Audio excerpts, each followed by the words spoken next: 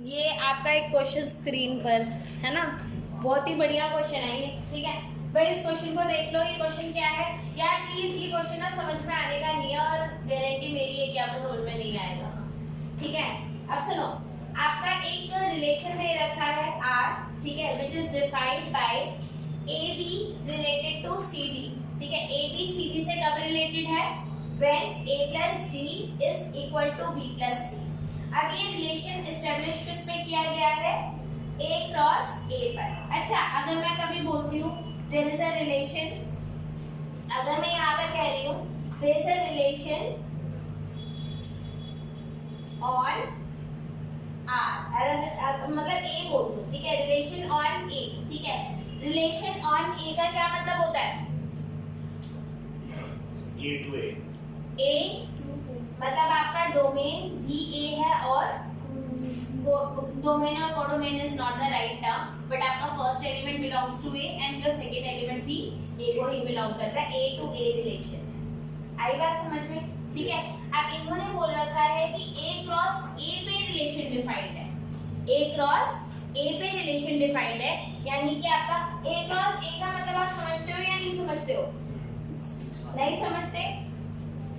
अब यहाँ पर प्लीज मान लो, अगर आपका A है 1 2 and 3, ये आपका अगर सेट है तो A क्रॉस A क्या होगा?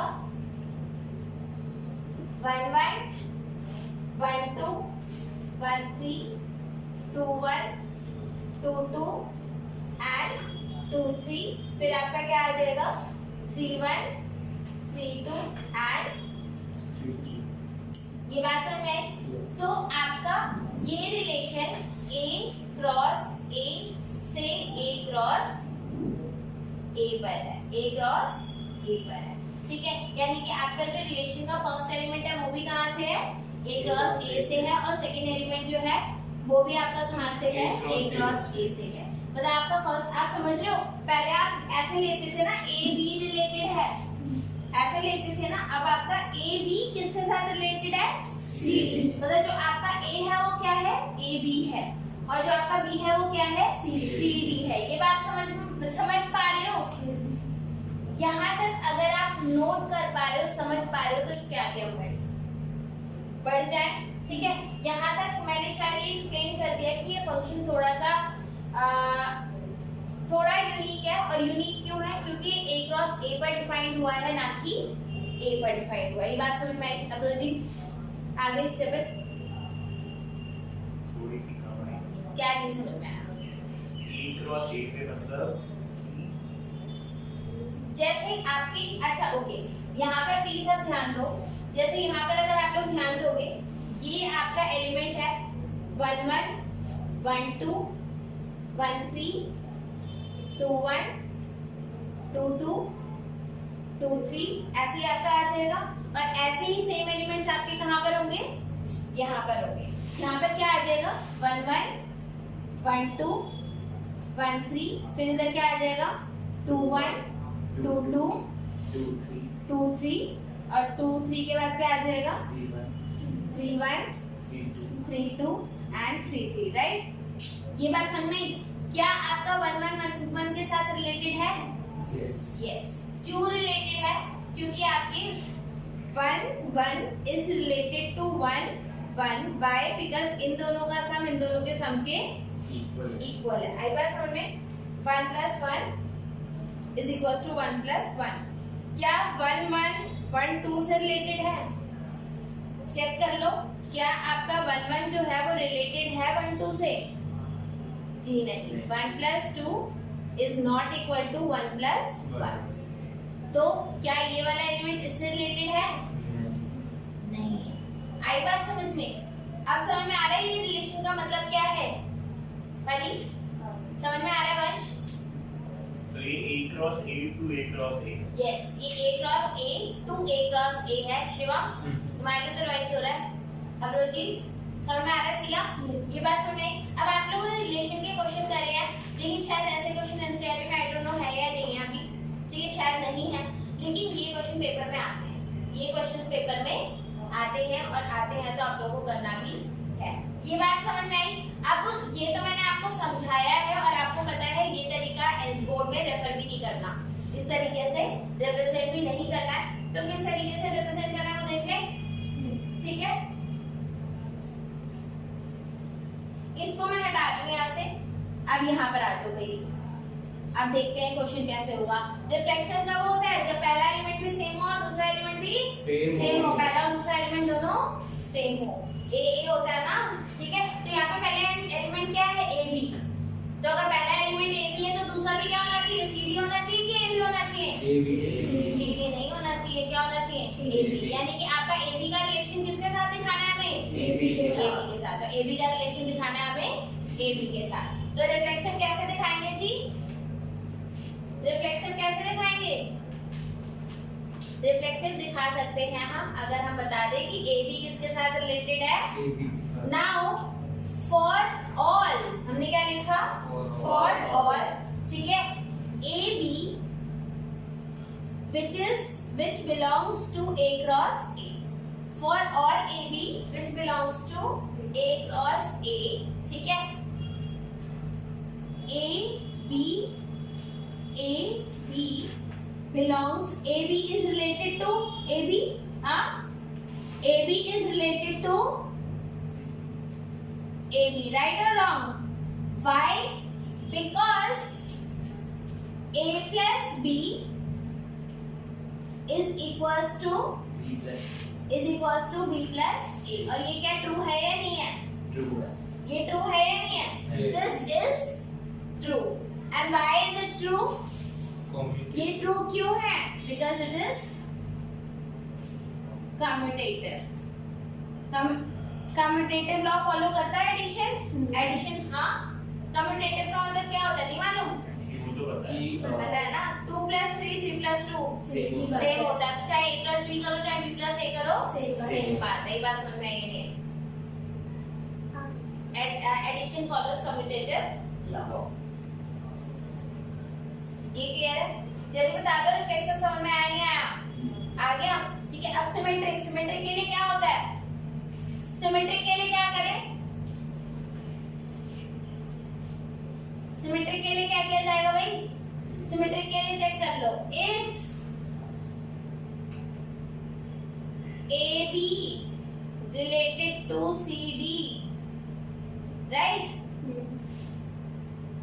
Then your CD और AB भी रिलेटेड होने चाहिए। तो आपको दिखाना क्या है कि CD और AB भी रिलेटेड है। अगर AB रिलेटेड है CD से तो CD किससे रिलेटेड है? AB से। आपको भाई 1 to 2 1 यही तो होता है सिमेट्रिक। बोल रहे नहीं बोले ना?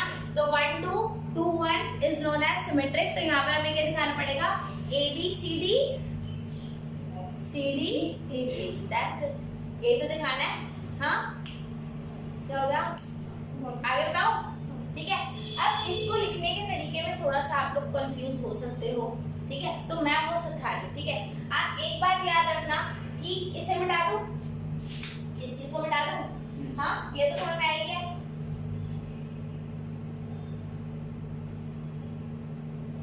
ठीक है। अब आगे इधर देखो, आपको करना क्या है कि अगर ए बी रिलेटेड है सी डी से, ठीक है, तो सी डी किससे रिलेटेड होना चाहिए? ए बी से रिलेटेड होना चाहिए। और ये चीज रफ वर्क में करना है। ये क्या करना है?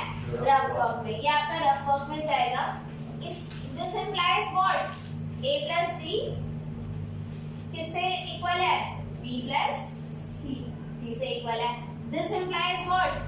C plus B is equal to D plus A। यही है, ठीक है। ये आपने रफ में करके देख लिया, ये आपने रफ में करके देख लिया।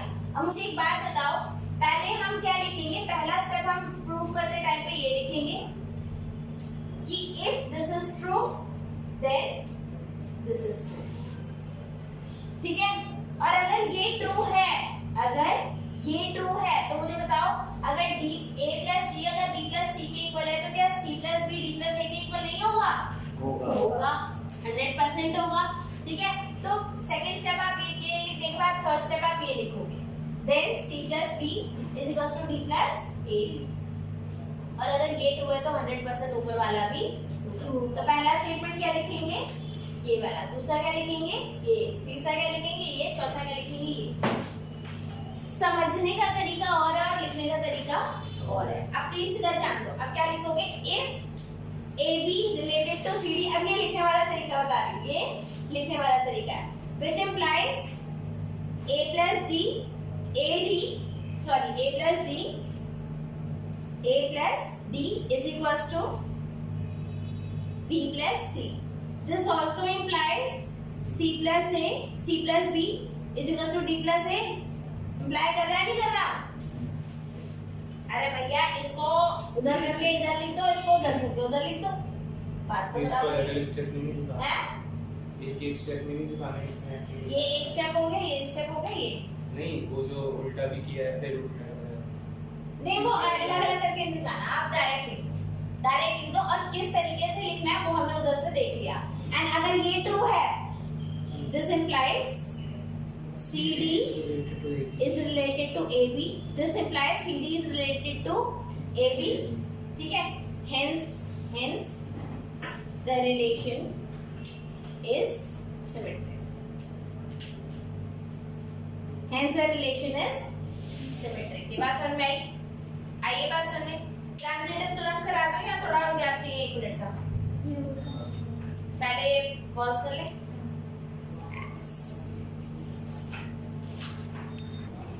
ट्रांजिटिव, ठीक है, लाइट आ गई, अब लाइट वाला पोर्शन स्टार्ट हो गया। तो अब ट्रांजिटिव आ गया,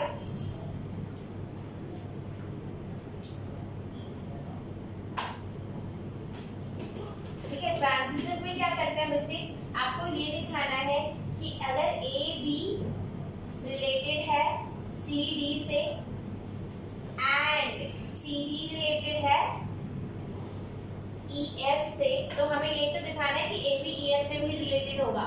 अच्छा, अगर AB CD से रिलेटेड है, अगर AB CD से रिलेटेड है, this implies what, A plus D is equals to B plus C। इससे क्या इंप्लाई हो रहा है बताओ भाई? C plus F is equal to B plus E F is is equal equals to D plus E। इसको equation 1 मानो, इसको इक्वेशन 2 मानो, जोड़ दो दोनों को ऐड कर दो, तो क्या आ जाएगा बच्चे, A plus D plus C plus F is equal to B plus C plus D plus D plus E। ठीक है ना बच्चे? क्या क्या कट रहा है यहाँ पर, काट दो। C कटेगा, डी कट गया, ठीक है। तो क्या, इन सबसे पहले अरे भैया ध्यान दो इधर, पहले डी कटता है फिर सी कटता A plus F is equals to B plus E. This implies that AB is related to EF. ये hence ट्रांजिटिव। समझे भैया? और ये ट्रांजिटिव तो ए बी होगा, फिर उसके बाद बी सी का BC चाहिए क्यों, AF चाहिए ना। अरे बच्चे, एक आपने एलिमेंट ले लिया ABBC, फिर आपने ले लिया BCEF, तो अब ABEF चाहिए ना बच्चे। दो एलिमेंट करके ले रहे हो एक को, A to A है ना फंक्शन, नहीं समझ में आया? अरे भैया EF लिखना चाहिए था, आपने EB लिख दिया। कहाँ? B नहीं है वो F है। भी अगर हम इसमें देखो, एक एलिमेंट था AB, एक एलिमेंट था CD और एक एलिमेंट है EF, एक एलिमेंट है E। ये दोनों अगर बिलोंग कर रहे हैं और ये दोनों बिलोंग कर रहे हैं, तो यही तो शो करना होता है कि ये भी बिलोंग कर रहे हैं। तो सेम ही तो होना चाहिए, ए बी बी सी होता है ना। ABBC होता है। अरे ट्रांजिटिव में तो बच्चे ओके, ये आप इसको A समझो और इसको B समझो, तो AB और उसके बाद B अच्छा C। ओए ओए समझ में आ गई बात। चलो ठीक है, इतना नोट डाउन कर लो, फिर आगे बढ़ते हैं। So the next important question, ठीक है, फ्रॉम रिलेशन। अब यहाँ पर ध्यान दो, इन्होंने दे रखा है there is a relation R, ठीक है, defined on AB which says that AB is related to CD if and only if AD is equal to BC. AD वहाँ पर अच्छा वहाँ पर था A plus D और यहाँ पर क्या है AD. AD, ठीक है। दोनों में एक चीज कॉमन है बच्चे, और वो कॉमन चीज क्या है? That both follows commutative law, multiplication and addition both. क्या यही रिलेशन हम सब्ट्रैक्शन पे बना सकते हैं? इक्विवेलेंस नहीं, क्योंकि वहाँ पे रिफ्लेक्सिव आएगा ही नहीं, because A minus B is not equal to B minus A, क्योंकि वो कम्यूटेटिव लॉ फॉलो नहीं करता। तो सेम BA हो जाएगा. AB is equals to BA. Hence reflexive. जो हमने अब मेरे को यहाँ पर ये तो नहीं सिखाना कि n क्रॉस n से कैसे रिलेशन बनेगा। बस बच्चे आप ये ध्यान रखना, वहाँ पर आपके सिंगल एलिमेंट होते थे, A related to B, B related to C, तो A C के साथ होना चाहिए। यहाँ पर A B related to AB, A B related to C D, तो C D related to A B, ठीक है। यहीं पर यहाँ पर कॉम्प्लिकेशंस होती हैं। तो इधर देख लो, रिफ्लेक्सिव कैसे करेंगे? रिफ्लेक्सिव के लिए क्या करा जाएगा? A B is 100% related. अच्छा नहीं, for all से स्टार्ट होता ना? हाँ भाई, इसमें for all नहीं लिखा है. for all है? इसमें लिखा है for A, B belongs to N we have. हाँ ठीक है, A B सारे हैं, ठीक है। तो A B that belongs to N cross N. A B किसको बिलोंग कर रहा है? N cross N को बिलोंग कर रहा है, ठीक है। A B is related to A B. Why? Because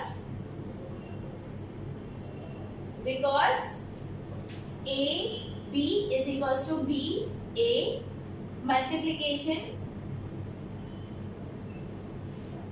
Multiplication follows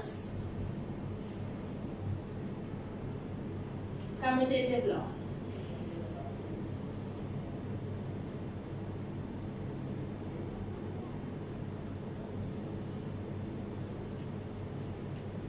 okay, फिर आपका क्या आ जाएगा? मल्टीप्लिकेशन से नेचुरल नंबर में होती है कॉम्प्लिकेशन. अच्छा, कौन सा नंबर का नहीं होता? नेगेटिव वाले. हाँ, क्यों? -2 into -1, नेचुरल नंबर में -1 into -2, मल्टीप्लिकेशन कर देगा कंप्लीट, ठीक है। आप ऐसे कर लो, √2 into √3 is equals to √3 into √2. ये तो इरेशनल नंबर्स हैं, ठीक है। हर मल्टीप्लिकेशन इज कम्यूटेटिव एवरीवेयर, कहीं पे भी। वैसे भी ये तो नेचुरल है, इसमें नहीं लिखा। अरे भैया, वो वही एक इंफॉर्मेशन दे रहा था, अच्छा, वो कोशिश कर रहा था कि मैं कुछ वैल्यू ऐड कर दूं क्लास में, ठीक है, बट हमने उसमें वैल्यू ऐड कर दिया, ठीक है। अब इधर ध्यान दो, तो ये क्या आ गया? सिमेट्रिक। सिमेट्रिक में क्या होता है जी? If A B is related to C D. अब मैं वही करूंगी बच्चे जैसे मैंने पहले किया था, A B related to C D and C D related to क्या? So AD is equals to BC, that implies CB is equals to BA. AD is equals to BC और इधर से क्या आ जाएगा? CB is equals to, कर दो इसे। This implies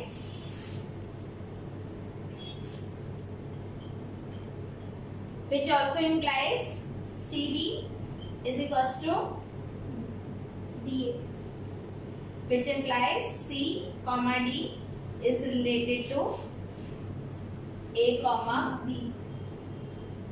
Hence Then CB symmetric, ठीक है। आपको करना यही है, पहले दोनों को लिख लो, पहला स्टेप ये, दूसरा ये, तीसरा ये, चौथा, ठीक है। ट्रांजिटिव भी सारे लगे हाथ करा दो, हाँ, ट्रांजिटिव भी लगे हाथ करा करके खत्म करते हैं। तो ट्रांजिटिव में आप क्या करोगे? For transitive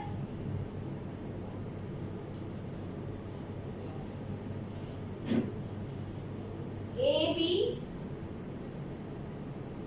related to CD and CD related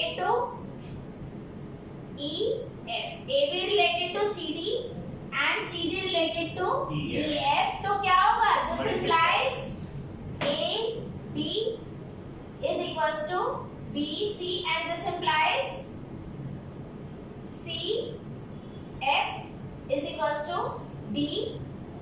Right? हाँ? Multiplying both. Multiplying both equation. क्या आ जाएगा? A F. B C F is equals to B C D E. क्या क्या करके यहाँ पे C C D. D यही तो कट रहे हैं हमेशा. A F is equals to B E, which implies A B is also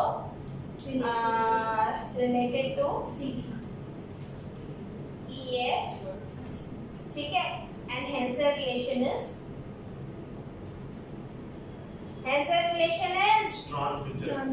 transitive.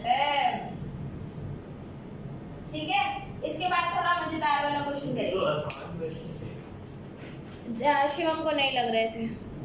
मतलब एक बार बहुत रिलेशन बन रहे हैं ना. हम इधर देखो. Check whether R is in the set of natural number. बच्चे n आपका set of natural number है. ठीक है? अब आपको ये चेक करना है कि अच्छा AB कब रिलेटेड है? AB के साथ कब रिलेटेड है बच्चे? जब AB का डिवाइजर है. अब बाय गॉड तेरे तो ये सोच रहे डिवाइजर टर्म क्या आ गई? सच्ची सच्ची बताना किस किस को पता है? देखो शिवम का हाथ नहीं खड़ा. क्या क्या? शिवम अच्छा है नीचे बैठ नहीं गया. A is divisor of B. मतलब A ऐसा है जो B को डिवाइड करेंगे तो पूरा मैं हो जाएगा. सिखाया. इतने महंगे शब्द मत यूज करो. सस्ते से काम चला लो. ठीक है? अब सस्ते से कैसे काम चलाना है? एक बात बताओ. 2 6 क्या होता है? 12 होता है. 2 is a divisor of 12. क्या लिखेंगे? 2 is a divisor of 12, but 12 is not a divisor of 2. लिख लो. 2 is divisor of 12. अच्छा 6 is divisor of 12, but 12 is not divisor of 2 and 6. समझ में आया? मतलब डिवाइजर हमेशा छोटा होता है. डिवाइजर हमेशा छोटा होता है या फिर इक्वल भी हो सकता है. 12 is a divisor of 12. ले सकते हैं. 12 into 1. 12 का डिवाइजर हो सकता है. हो हो सकता है. Yes. ठीक है? तो ये रिलेशनशिप रिफ्लेक्स तो होगा. Yes. ठीक है? यहाँ पर आप ये भी लिख सकते हो 12 is also 12 is divisor. ये ऊपर मैं कॉमे लगा रही हूँ. प्लीज ऐसा अलाउड नहीं होता. ठीक है? बट समझ जाना 12 is divisor of 12. ठीक है? समय तो यहाँ से क्या क्या स्टेटमेंट आप लोगों ने सीखी? सीख लो. तीसरी चौथी क्लास में सीखते थे ना. डब्रो जी सो रहे हो. नलायक. ध्यान दो इधर. 12 is a divisor of 12. 2 is a divisor of 12. अच्छा समझ में आया. ठीक है? अब आप यहाँ पर प्लीज अब इस बात को समझो. यहाँ पे प्लीज समझना 2 और 12 दोनों नेचुरल नंबर है या नहीं है? पहले क्वेश्चन को समझ लो. 2 और 12 दोनों नेचुरल नंबर है या नहीं है? 2 is a divisor of 12. 12 is not divisor of 2. 12 is not divisor of 2. तो क्या ये रिलेशन सिमेट्रिक होगा? एग्जांपल तो यही मिल गया. रिफ्लेक्शन है? Yes. All numbers are divisor of itself. ठीक है? Of the number itself. ठीक है? उसके बाद क्या ये ट्रांजिटिव होगा? 2 is a divisor of 6. 6 is a divisor of 12. क्या 2 डिवाइजर है 12 का? Yes. Yes. तो ये ट्रांजिटिव भी है. ये रिफ्लेक्सिव भी है. ये सिमेट्रिक नहीं है. तो रिफ्लेक्सिव प्रूव करते टाइम पर हम थोड़ी जनरल अप्रोच रखेंगे. For all a that belongs to natural number. ठीक है? a belongs to relation. Why? Because each number is divisor of the number itself. ठीक है? आई बात समझ में. लेकिन ट्रांजिटिव होगा ना. ऐसे देखो 2 डिवाइजर होगा 12 का, यस तो 12 2 डिवाइजर है 12 का, यस 12 डिवाइजर है 12 का, 2 डिवाइजर है 12 का, और फिर 12 डिवाइजर है 12 का, तो 2 12 का डिवाइजर नहीं है। पर 12 2 का तो नहीं है, 2 का है उल्टा। अरे भैया आप ले रहे हो 2 12, फिर आप ले रहे हो 12 और 12, तो आपका 2 और 12 बिलोंग करना चाहिए ना। तो उल्टा भी तो होता है, उससे भी तो पूछते हैं। 12 भी तो डे आया है तो अगर 12 और 12 से पूछ रहे हो तो इसके बाद ये 12 से थोड़ा स्टार्ट हो रहा है। स्टार्ट तो ये 2 से हो रहा है, ये 2 से हो रहा है, तो क्यों पूछूं भाई मैं? जब 12 से हो ही नहीं रहा तो ऐसे नहीं पूछा जाता। ऐसा कोई केस बनेगा नहीं इसमें ना हो। नहीं होगा बच्चे, सब केस में होगा। एक केस आपका हो सकता है, वो होगा 3 is divisor of 3, 3 is divisor of 3, तो इसको उल्टा ले लो सीधा ले लो, सब बात बराबर है। आप कोई सा भी केस ले लो, ये ट्रांजिटिव है या नहीं है? ये ट्रांजिटिव है। ये आपका रिफ्लेक्सिव है, ट्रांजिटिव है, क्या नहीं है? सिमेट्रिक नहीं है। समझ में आई बात? बच्चे अगर आप छोटे-छोटे नंबरों में इन बातों को समझ लोगे, देखो अभी तक हमने आंसर कुछ नहीं लिखा, अभी तक हमने सिर्फ बात को समझा है। एक डाउट है, बोलो। ऐसे पॉसिबल नहीं है ना कि अगर एक कोई रिलेशन रिफ्लेक्सिव हो पर वो ट्रांजिटिव ना हो। रिफ्लेक्सिव हो लेकिन वो ट्रांजिटिव ना हो, ऐसा पॉसिबल नहीं है ना। क्या है पॉसिबल? possible। क्या पॉसिबल? चेक कर लो। रिफ्लेक्सिव हो, ट्रांजिटिव ना हो। आप रिलेशन बना लो, सेट 1 2 3 पर 1 1 डाल दिया, 2 2 डाल दिया, 3 3 डाल दिया, अच्छा 2 1 डाल दिया, हाँ हाँ 1 2 2 1 डाल दिया, 1 3 डाल दो। हाँ ठीक है। रिफ्लेक्सिव है, ट्रांजिटिव। ये तो बहुत आसान होगा, ठीक है। अब कर ले क्वेश्चन ये वाला डिवाइजर वाला, समझ में आई बात या नहीं आई?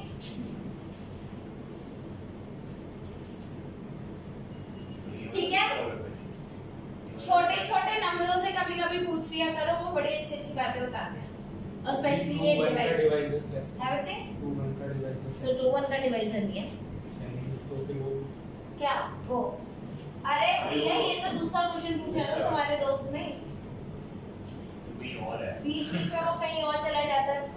आजा वापस बात। फ्रेश वीडियो फ्रेश अब ध्यान दो, अगला क्वेश्चन देखिए। अब इसमें करना क्या है, अगर आप ध्यान दे तो प्लीज सी हियर। रिफ्लेक्सिव का देखें, रिफ्लेक्सिव तो है ही। for all a that belongs to natural number, a belongs to relation. Why?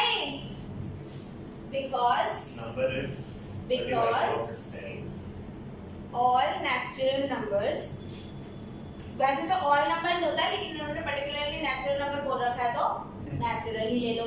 all natural numbers, ठीक है, are divisors of itself। समझ में आई? ठीक है, पहला हो गया। अब क्या लेना है? सिमेट्रिक। सिमेट्रिक के लिए क्या करें? इफ या कोई सा भी एग्जांपल दे दो इसमें। तो अच्छा, अब इसमें मुझे नहीं बताना है ना, तो नहीं बताने के लिए कोई एक एग्जांपल दे दो, काम काफी है। 2 and 6 both belongs to natural number. 2 and 6 both belongs to natural number. 2 is divisor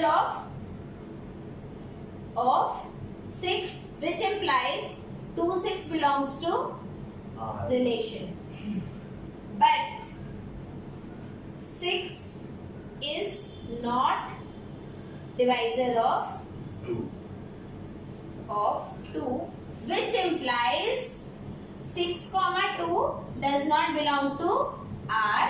Hence the relation is asymmetric.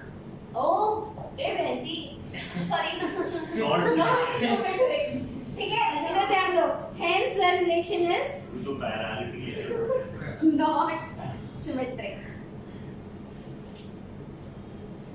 मेरे को एकदम बायोलॉजी की ध्यान आ गई यार। सबमें होता है क्या ये? और क्या रेडियल सिमेट्री होता है, और क्या होता है? बायलेटरल सिमेट्री होता है, कायरल नहीं होता वहाँ पे। ये कायरल वाला है। अरे नहीं, इसे इधर आ जाओ। फिर आ जाते हैं ट्रांजिटिव पे।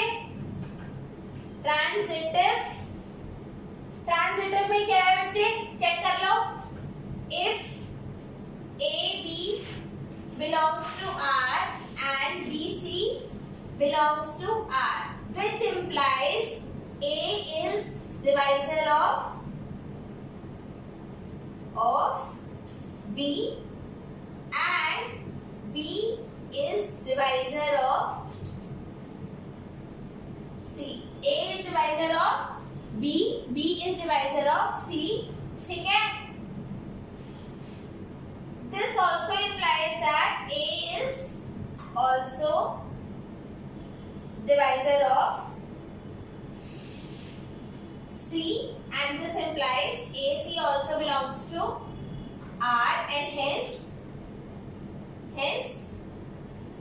relation is क्या भाई? कॉपी करने में लगे पड़े हो, एक शब्द नहीं बोल सकते। ट्रांजिटिव।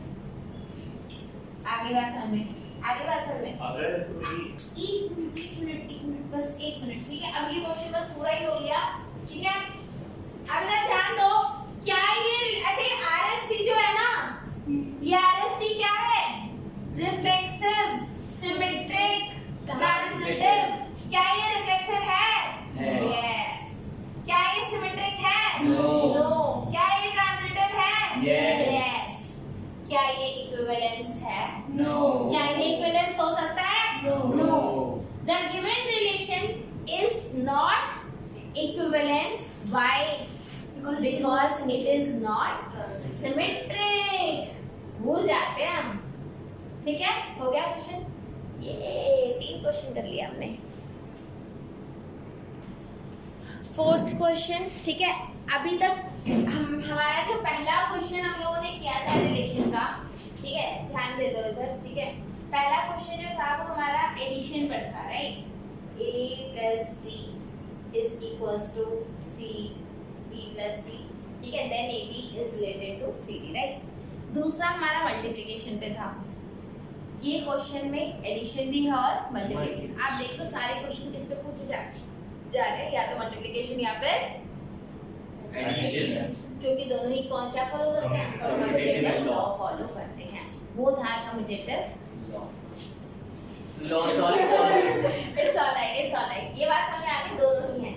एंड ये वाला क्वेश्चन, और मैं आप लोगों को लिख के दे रही हूँ, ये जो आज आपने 4 या 5 शायद क्वेश्चन हम लोग करेंगे, इनमें से एक ना एक क्वेश्चन 100% आपके पेपर में टकराएगा।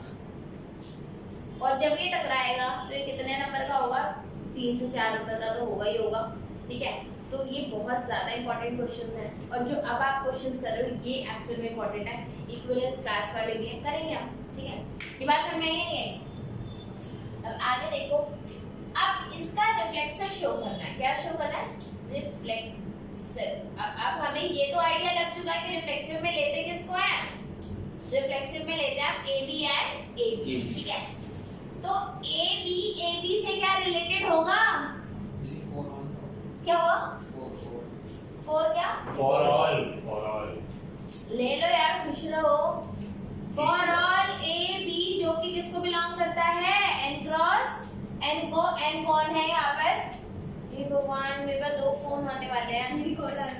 सच में। फिजिक्स में भी इसके आधा रख लो आप। हाँ सच में, ठीक है?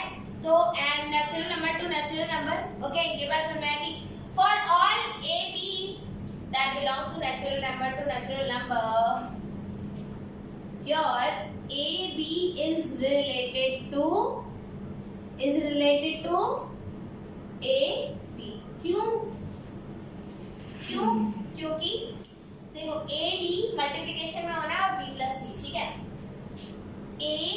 B plus A is equals to हमें लेना है BC यानी कि क्या आ जाएगा इधर? BA plus B. A plus B। सही है? सही लिखा है? चेक कर लो। सही है। है ना? अब yes, this statement is true. This is as True. multiplication is commutative. काहे है ये true Multiplication and addition because both are commutative. multiplication and addition both are commutative in natural number. As multiplication and addition both are commutative in natural number. आई बात समझ में कि नहीं आई? आगे नहीं आई? यस, पहला डन, पहला डन। पहले में तो कोई दिक्कत ही नहीं आनी, आती भी नहीं। अब इसका तुम्हारे बगल वाले को ट्रांजिटिव भी नहीं आती। ये लड़का शांत हो गया, क्या हो गया शिव? किसकी याद आ रही है? इसको कुछ हुआ है अभी अभी। है ना? हाँ। किसी क्लास में कुछ हुआ है तो। तुमने कुछ कहा इसे? मैं क्यों कहूँगा? नहीं माना? मेरे पीछे ओके ओके ओके चलो ओके ओके ओके अब इधर ध्यान दो। अब क्या करना है? सिमेट्रिक। बच्चे सिमेट्रिक के लिए हम वही अपना गेम खेलेंगे। क्या खेलेंगे? गेम। बच्चे बहुत ध्यान से ये गेम खेलना है, बहुत ध्यान से। अगर ए बी रिलेटेड है, अच्छा ये गेम पता नहीं क्यों मैं सिमेट्रिक के साथ ही खेलती हूँ। इसमें जरूरत नहीं पड़ती। ठीक है, ए बी रिलेटेड है सी डी से, और तो हमारा सी डी किससे रिलेटेड होना चाहिए? ए कॉमा बी से रिलेटेड होना चाहिए। तो ए बी रिलेटेड है सी डी, इसका मतलब क्या है? A be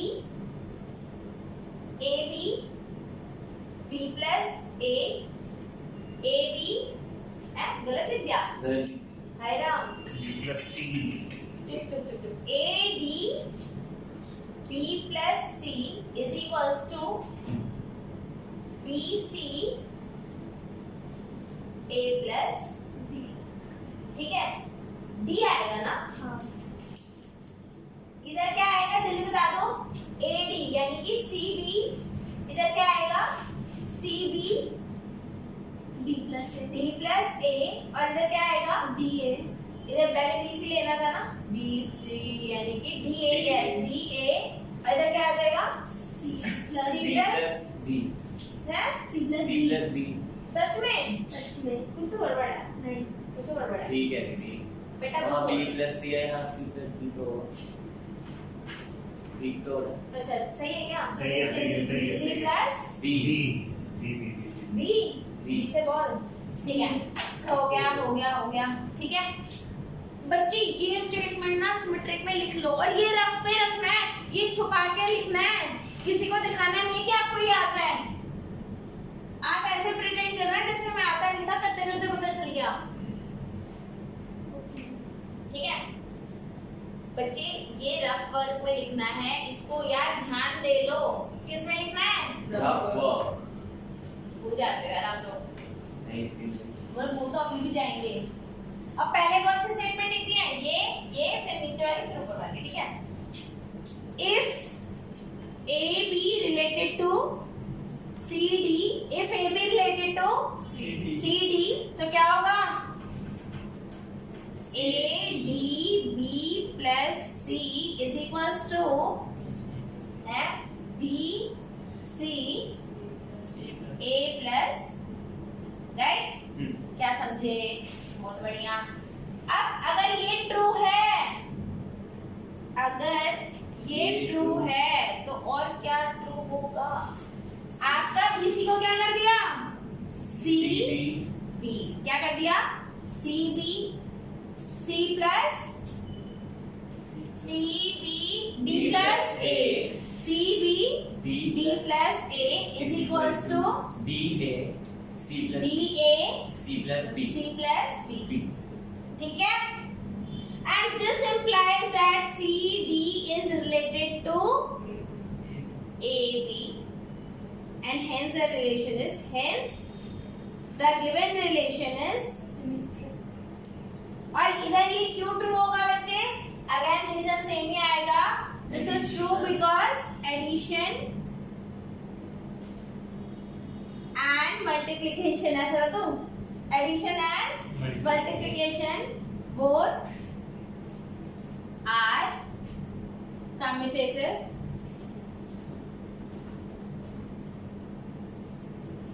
in natural number. क्या समझे? Hence a given relation is क्या? सिमेट्रिक। क्या समझे? अब इसका ट्रांजिटिव भी थोड़ा कठिन होने वाला है। इसका ट्रांजिटिव भी थोड़ा कठिन होने वाला है। हाँ, होएगा ना? हे ईश्वर। सिमेट्रिक तो सबने बस यही शेप देना है ना, एक ही बात। यार समझ आ रहा है कि नहीं आ रहा? पेपर में अगर नहीं करके आओगे तो मेरा ये सब बनाने का कोई फायदा नहीं है। तो ट्रांजिटिव में आपका अब क्या आ रहा है?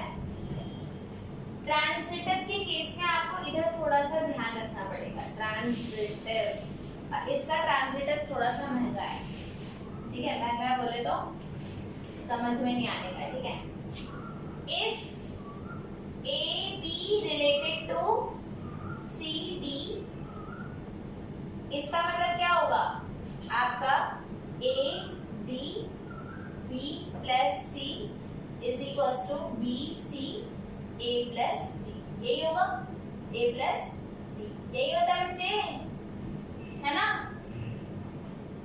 ठीक है। इसको बच्चे इन्होंने ना थोड़ा सा रीअरेंज करा है। अगर हम इसको रीअरेंज कर ले तो क्वेश्चन थोड़ा इजीली हो जाएगा। जैसे इस BC को इसके नीचे ले आओ और AD को इसके नीचे ले जाओ, तो ये क्या हो जाएगा? B प्लस सी अपॉन में BC is equal to A plus D upon में AD। अब बाइफर्केट करोगे तो क्या हो जाएगा? B अपॉन में B प्लस C, यानी कि 1 upon C plus 1 upon B is equal to 1 upon D plus 1 upon A। I hope this thing is clear. ठीक है, आपने क्या कर दिया? B अपॉन में BC, C अपॉन में BC, एक जगह B से B कैंसिल, एक जगह C से C कैंसिल, ठीक है? अब सिमिलरली ये इक्वेशन आपकी 1 बन गई, और सिमिलरली आप क्या दिखा दोगे? सिमिलरली दिखा दो CD is related to EF है, इसका बन जाएगा आपका 1 upon E plus 1 upon D, CF 1 upon F D plus E is equals to DE C plus F। F। तो इधर आ जाएगा आपका D plus E अपॉन में DE is equals to C plus F upon में CF। तो ये आ गया आपका 1 upon E plus 1 upon D is equals to 1 upon F plus 1 upon C। आई बात समझ में? ये आपकी कौन सी इक्वेशन आ गई? इक्वेशन 2 आ गई। क्या ये हटा दूं मैं यहाँ से? हाँ, थोड़ा सा इसे हटा देते हैं।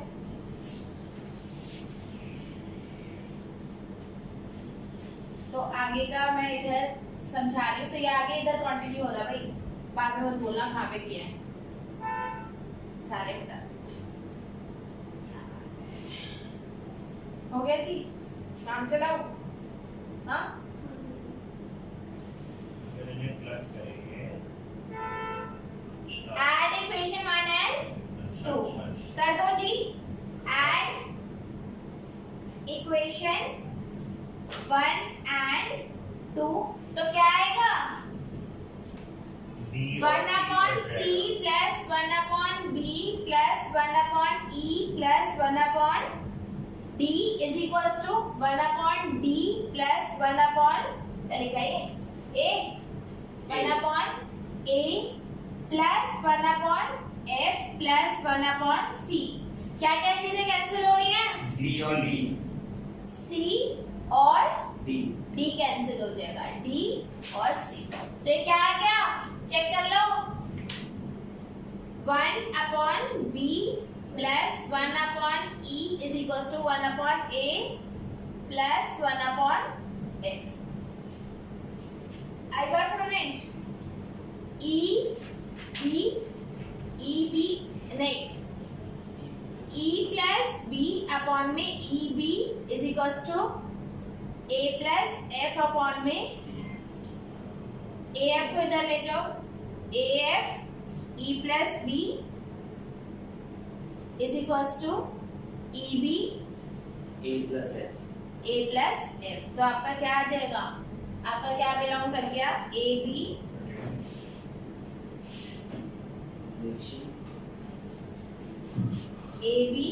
is related to is related to EF। और ऐसा क्यों आएगा बच्चे, again multiplication and addition both follows commutative law. यहाँ पर आपके कितने क्वेश्चन पूरे हो गए, 4 क्वेश्चन। अब बच्चे ये चारों अच्छे खासे नंबर्स के थे, और ये वाला और अगर आपको 1 गो में करने को दिया जाए तो शायद आप ना कर पाओ, इसलिए प्रैक्टिस रिक्वायर्ड है। Bye bye, Tata.